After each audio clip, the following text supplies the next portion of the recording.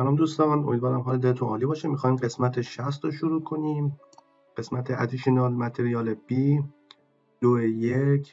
این قسمت 7 بزوند فرکا سیتواسیون، یعنی اینکه موقعیت راننده ترافیکی خاص و 44 تا اگه بشه توی 2 تا کلیپ میکنم، اگر نشه توی یه دونه کلیپ میسازمش. شروع میکنیم.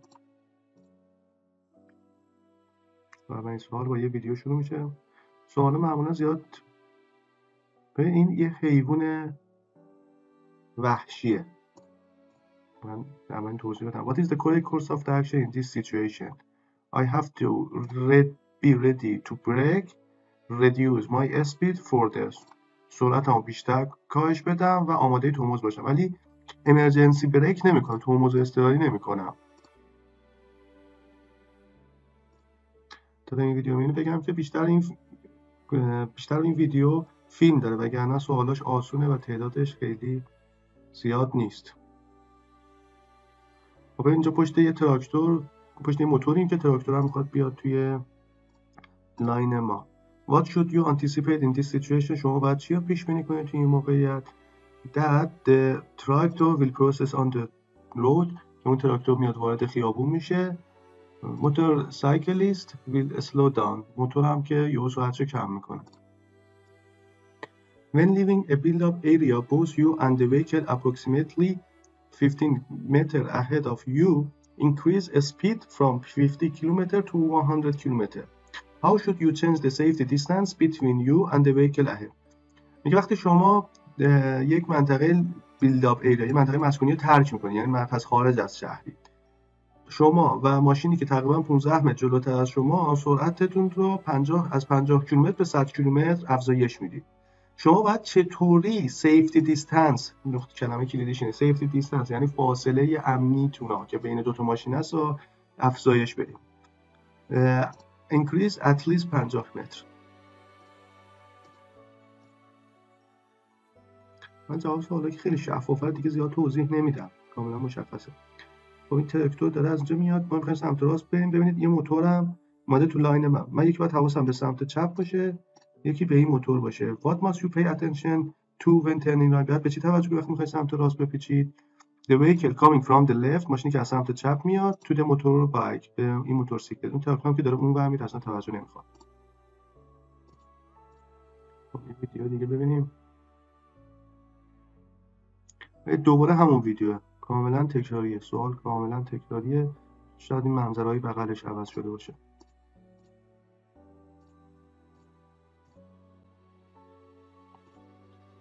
یه ویدیو داریم.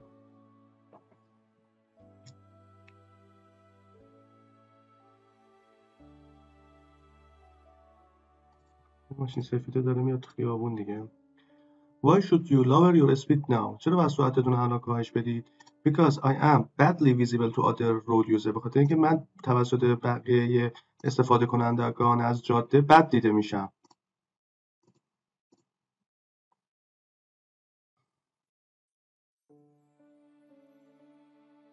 ببین این ون سبز الان حرکت میکنه. Why must you brake now? چرا الان باید ترمز کنید؟ به خاطر اون ون سبز. You are driving into a right-hand bend. A motorcyclist approach you at high speed. What risk should you take into account? میگه شما دارید رانندگی میکنید به سمت یا داخل یک پیچ به سمت راست، یه موتورسیکلت داره به شما نزدیک میشه با سرعت زیاد. چه ریسکایی میتونه داشته باشه؟ The motorcyclet will intrude into my lane because of the heavy tilted position. اون موتورسیکلت میتونه بیاد تو خط من، تمایل پیدا کنه به خط من به خاطر اون موقعیت کجی که داره. I will cut the corner. ببخشید. The motorcyclet will cut the corner and introduce into my lane. موتورسیکلت خط وسط رو کات میکنه، یعنی از رو خط رد میشه و میاد تو لاین من. The red lorry want to turn left. What is the right course of action if the lorry fail to stop? میگه این ماشین قرمزه لوری اسمش میخواد بپیچه به سمت چپ، یعنی به اون سمت مستقیم بره، به مستقیم ما بره. اگر وای نزاد کار درست چیه؟ I reduce my speed، سرعتمو کم میکنم. I waive my right of way، صرف نظر میکنم از حق تقدمی که دارم.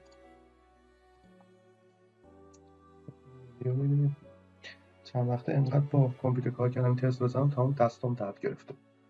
راستشو بخواید. خب این ماشین الان لاینش داره تموم میشه، مجبوره که بیاد تو لاین شما. What is the right course of action in this situation? I slow down. خیلی ساده است.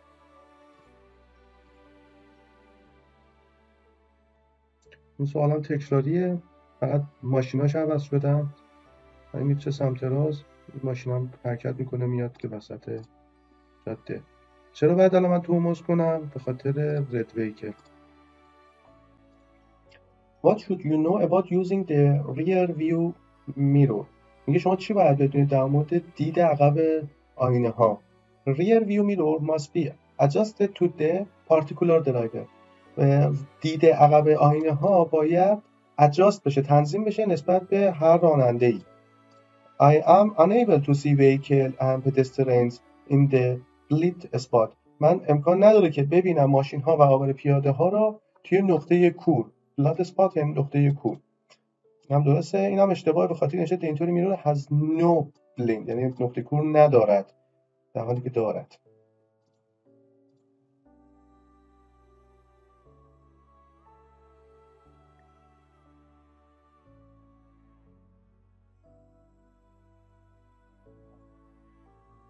خب این ماشین قرمزه میخواست بپیچه به راست، این ماشین سبزم که رد شده بود و اینم که یه تراکتور این بغله. What should you anticipate in this situation؟ شما باید منتظر چی باشید؟ اینکه the green truck perform a turn، نه این اشتباهه، بخاطر اون ترنش انجام داده، تموم شده چرخشش. The driver of the red vehicle failed to see me. اون ماشین قرمزه ممکن نتونه منو ببینه. ببینید اینجا یه ماشین از پشت نزدیک داره میشه، شما دارید با سرعت مجاز میرید، هیچ مشکلی نداره، اون از پشت به شما نزدیک شده، فاصله‌اش با شما کم کرده. کار درست چیه؟ I maintain my speed and continue driving as before. من سرعتمو نگه می‌دارم و مثل قبل ادامه میدم، نه گاز میدم نه ترمز میکنم. You stop to allow passengers to exit your vehicle on the right side. A cycle path run along there. What should you do؟ شما وایسادید که مسافرتون از سمت راست پیاده شه، یه دوچرخه داره تو همون مسیر میاد، شما باید چیکار کنید؟ I should point out the cycle path to the passenger exiting. من بعد به اون مسافری که داره از ماشین خارج میشه بهش پوینت اوت کنم، بهش اخطار بدم، بهش متوجهش کنم که حواست باشه که یه دوچرخه داره رد میشه. I should make sure that no cyclists are approaching. من مطمئن باشم که هیچ دوچرخه‌ای نزدیک نمیشه. ببینید این نکته رو من این سوالو بخونم، اگر جواب این only که این آخر آورده چقدر میتونه عوض بکنه. I should observe the traffic using my rear view mirror. من بعد نگاه کنم ترافیک و ماشینا رو که از چراغ عقبم. این درسته تا اینجاست، ولی یه only که گذاشته یعنی فقط نگاه کنم، نه اشتباهش کرده، یعنی فقط این کار کافی نیست. سوال بعدیه. این موتور اومد جلو. ببین شما اینجا چیز هم دارید، کروز کنترلتون هم روشنه توی اینجا. The cruise control system of your motor vehicle is set to 130 km. What is the right course of action now؟ یه کروز کنترلتون روشنه و ست شده روی 130 کیلومتر. کار درست چیه؟ Restore. I have to restore safety distance by braking. من بعد دوباره فاصله امنمو بیشتر کنم، ریستور کنم، بازیابی کنم، بازبینی کنم با یه ترمز کردن.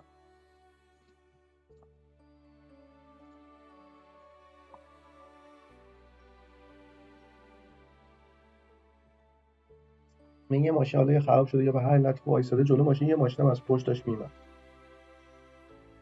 Why should you further reduce your speed here؟ میگه چرا باید شما سرعتتون رو بیشتر کم کنید؟ Because the red car could cross only my lane. بخاطر اون ماشینی که اون پشت بودش که قرمز بود ممکنه که بیاد تو خط من. Because other people may walk onto the road. بخاطر که اون آدم ممکنه بیادش توی جاده. What should you anticipate؟ ببین اینجا اون جلوتر یه پیچ سفته به سمت چپی، هارد بنده و پیچ محکمه. بعد چی رو پیش بینی کنید؟ A danger left hand bend، یک پیچ به سمت چپ خطرناک. An obstacle situated around the corner، یک موانع های کنار خیابونا هستن. ولی این crosswise moving traffic before the summit یعنی که اون قله اوج اون پیچ رو بهش میگن summit. میگه که قبل از اون یک crosswise هست، یعنی تقاطع و چیزایی که به صورت ضربدری تقاطع داشته باشن، ماشین هایی که قبل از دیگه تا قبل از این پیچ هیچ ماشینی نیستش. What must you anticipate in this parking area؟ بعد چی رو پیش بینی کنید تو این وضعیت پارکینگ؟ شما ببینید خیابون اصلی اینجا، شما دارید میرید تو پارکینگ، جایی که پارک هست و ماشینا و تریلی و اینا هستن. Vehicle merging from parking space. ماشین ها از توی فضای پارکینگ، مثلا این ماشین بغل پارک کرده یا ممکنه امرجینگ بشه، یعنی ظاهر بشه یا بیاد بیرون. People on the roadway. آدما ممکنه تو خیابون باشن چون دیگه قسمت پارکینگ دیگه. Truck that are incorrectly parked. ماشین تراک هایی که ممکنه اشتباه پارک کرده باشن. باز یه ویدیو داریم دوباره تکراریه که این ماشین میاد بغل. من سرعتمو کم بکنم اینکه زیاد ویدیومون طولانی نشه. من سعی می‌کنم اسلو داون. خب این آخرین ویدیوه که تکراری هم هستش، آخرین ویدیو این کلیپه. What must you do in this situation؟ شما باید چیکار کنی؟ I immediately brake sharply. I don't swerve. بگو این نکتهش خیلی مهمه که من سریع ترمز میکنم که هیچی. I do not swerve یعنی خارج نمیشوم از مسیرم، با چپ و راست نمیرم.